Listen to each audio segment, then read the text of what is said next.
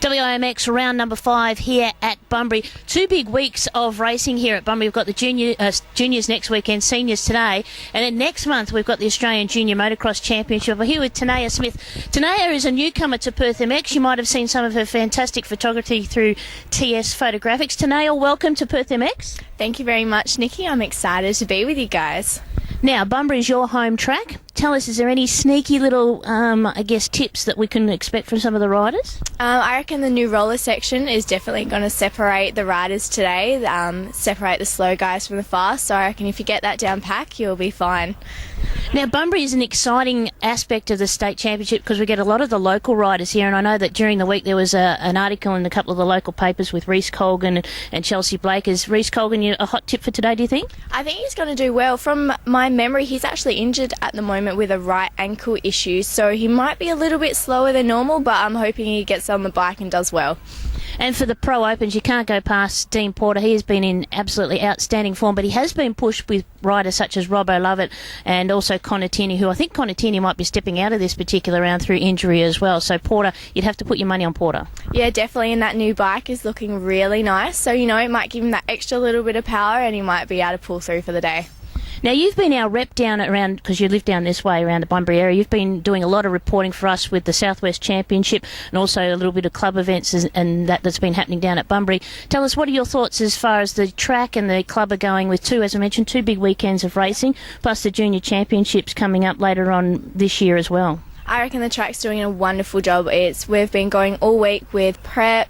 We had 2 big busy bees on the weekend. It's looking awesome. We're going to get everything going for the Nationals. A lot of support as well from everybody in the community. Awesome stuff. Now, personally, you do TS Photographics. Tell me how that sort of started and how that's coming along.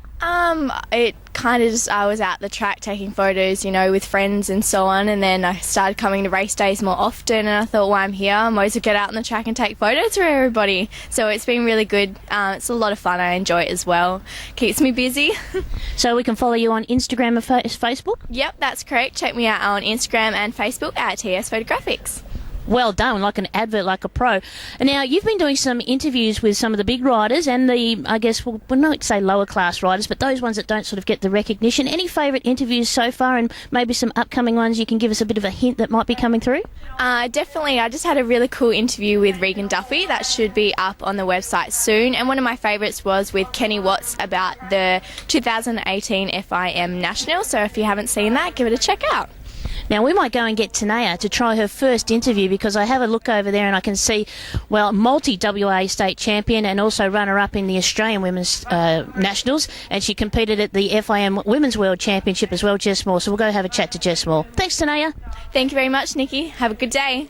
The injury list here for WAMX this year is getting longer and longer, and one such person who's on the injury list is Craig Bolton. Craig, not the best way to finish off your season. Injuries this year, and it's been an up and down year for you as well. Yeah, Nicki, it hasn't been the best year. I've had quite a few injuries, starting off with my knee. Destroyed that at the start of the year. Now, unfortunately broke my pelvis 2 weeks ago, so I'm out. When you have these injuries, how much does that affect you psychologically? Is it damaging for you to get back on the bike with sort of that mindset and then try and sort of race and then be prone to further injuries? Well, I guess it'll only damage you as much as you think about it, really. You get used to it, I guess, but I'm keeping positive and, just stay strong and, just think, good luck got to come away sooner or later. So, we'll see what happens. But, at the moment, I'm just worried about getting healed up and, we'll go from there. What's the prognosis, what's the recovery time that you're looking at? I know that Jess Moore, your girlfriend, will be trying to get you out fit as a fiddle as soon as possible, but realistically, in your own mindset, what's sort of the prognosis for recovery? We don't know how well I did then, because she doesn't let me move. But they're saying it could be 4 months, but there's no rush to get back on the bike this year. I want to try and be healed up. I want to get my knee reconstructed as well, so we'll see what happens there. I'm on a waiting list, so when that happens, then it's another 6 months, they're saying, so it might be a long summer. Big rebuild for you. Yeah, hopefully it pays off and I come back stronger. Good luck got to come somewhere. It certainly does. Now tell us, while you've got this downtime, are you going to be looking at coaching or giving some support to some other riders, or is this just a time away from the bike, focus on yourself getting well and healthy? No, well, it's never really time away from the bike. Like I was hanging out to get here today, and I'm glad I'm here. I love being around it. So yeah, coaching or whatever comes up, helping Jess, whatever I can do. You know, I love to be involved in the sport. So whenever I can, I'll be here and helping kids out or Jess out. So yeah, always be around it. And how's your boss? Has he been good with a bit of time off for a bit of sick leave? I guess he's got no choice really. But no, yeah, he's been really good. My mum and dad, like Jess, my family, they've been really good supporting me getting through this. So yeah, it's good having great people around you. Hey man, it's not the best way that you wanted to finish off the year by sitting on the sidelines, but I know that you're a strong-willed competitor. You've got Jess Moore in your corner, and all the best for your recovery, and we look forward to seeing you back on the bike first state round hopefully next year. Yeah, that'd be great, and I'm looking forward to that. Thanks a lot, guys, for everyone, for all your support. Much appreciated. That's Craig Bolton. We'll be hoping to see him back on the bike next year. Bunbury State Round. It is now her second ride back on the bike here in Western Australia. Jess Moore, it's great to have you back here racing, but you took out Queen of the Cross last weekend at Southern Cross. Yeah, Queen of the Cross, my first race back in the country, my first race in Australia for the year, so it's definitely a good way to start the Australian season off for me, but it's definitely my favourite event of the year, and I love going to Southern Cross every year. I look forward to it. Bit of prize money? Yeah, that always helps, especially after my Europe campaign. I need every cent I can get, so it's good to see the bank account a little bit higher. Now, Tenaya, you'll have questions for Jess. She's just come back from the FIM World Women's Championship overseas. So Jess, tell me how your experience was. I saw on your Instagram that you were overseas. How did that go for you? Yeah, I went and finished the FIM season off. Obviously, after my injury in Thailand at the second round, I missed round 3 and 4, having a shoulder reconstruction, but the last 2 rounds were good. I mean, I'm a long way off 100% still with my shoulder, but it was good to get the experience, and I learnt so much. Even in the small amount of time from round 5 in Germany to round 6 in Lockout, I made a big improvement in my results, and I was happy with that improvement, and I'm looking forward to keeping the momentum rolling. That's perfect. So are you planning on competing in the last rerun of the Women's State Round? Yeah, the rerun in Byford, I guess it worked out perfect for me. I was planning on having to miss 2 rounds of the Women's Championship, but now I've only missed 1, so it's good that I'll get to race 2 rounds of that, but either way I'll still be racing the boys class anyways.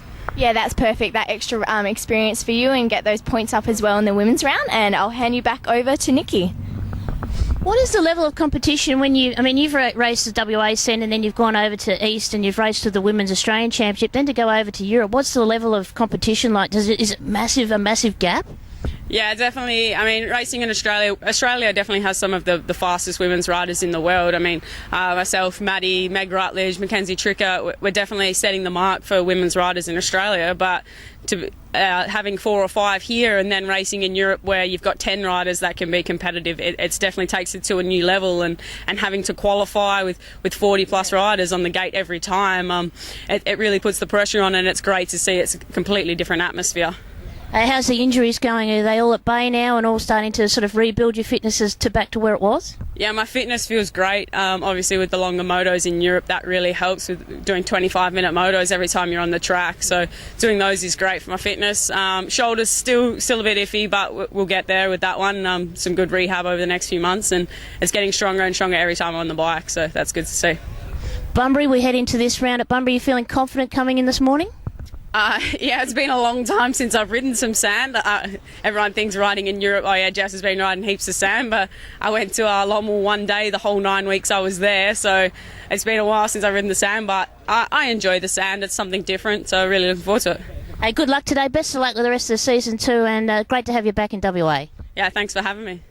Well, we are closing here for the 5th round of the WAMX Senior State Championship at Bunbury. Tenaya, what a fantastic day. There's been plenty of winners, some surprise winners as well, on a track that, man oh man, it spat some riders out today. It definitely did. This sand, looking at it now, has definitely got churned up just a little bit, and the riders did awesome trying to get through it all day. Well done to everyone. It was a great day racing. Certainly was. Now, the Veterans was won by Scott Petricevic. He pretty much dominated with all 3 moto wins. The women's class was the surprise with Jess Moore, as we kind of spoke about at the early start of today, that she got the win, with Chelsea Blakers picking up second. Yeah, she did well. It's her home track, so she's ridden it plenty of times before, so she did well as well. So I'm proud of the Bunbury girl. Now, also, we go towards the MX2 class. Jaden Rikers dominated. He took out all 3 motos. Jake Fuster was the surprise package. They had to rerun their first moto when some sort of timing issue came into effect. And when the rerun was done, Jake Fuster went flying through the fence at Canteen Corner and actually collected a car and didn't take part in any more racing for the day. So we hope that he is okay. Yeah, I heard about that one. It is a sad story, and hopefully he recovers as quickly as possible to get back out racing again, and best of luck to him. Absolutely. And also in the MX1 class, Mitch Taylor had a terrific day until that last moto. Did you see the back end of that bike? No, I didn't, but I'm sure it will be on Facebook in the next couple of days. It looked like the rear suspension, either the rear suspension collapsed or the rear subframe. He had nothing left in the back end, and he was looking for every smooth part of the track to try and get some sort of way around. Yeah, definitely. You know, you got to look for those lines, and the smoother part of the soil, it'll end up being the smoothest and fastest way around the track, because you know it's so bumpy out there today. But yeah, quicker lines are but definitely choice to go. Now, Porter gets the win. Humberson was up there too, and Michael Mann the surprise in third. Yeah, definitely. I think he's a little bit of an underdog, and he's come up in our series, and he's doing really well. So I think he might surprise us at the end of the year and might take a place. Now, plenty of photos that we can upload onto PerthMX from TS Photographics. Yeah, definitely. I was out there in practice with all the boys wearing their pretty pink. Yeah, pretty pink. Yeah, pretty pink bras. So they'll be up for practice and round 1. And I mostly enjoyed the racing because it was so good not to watch.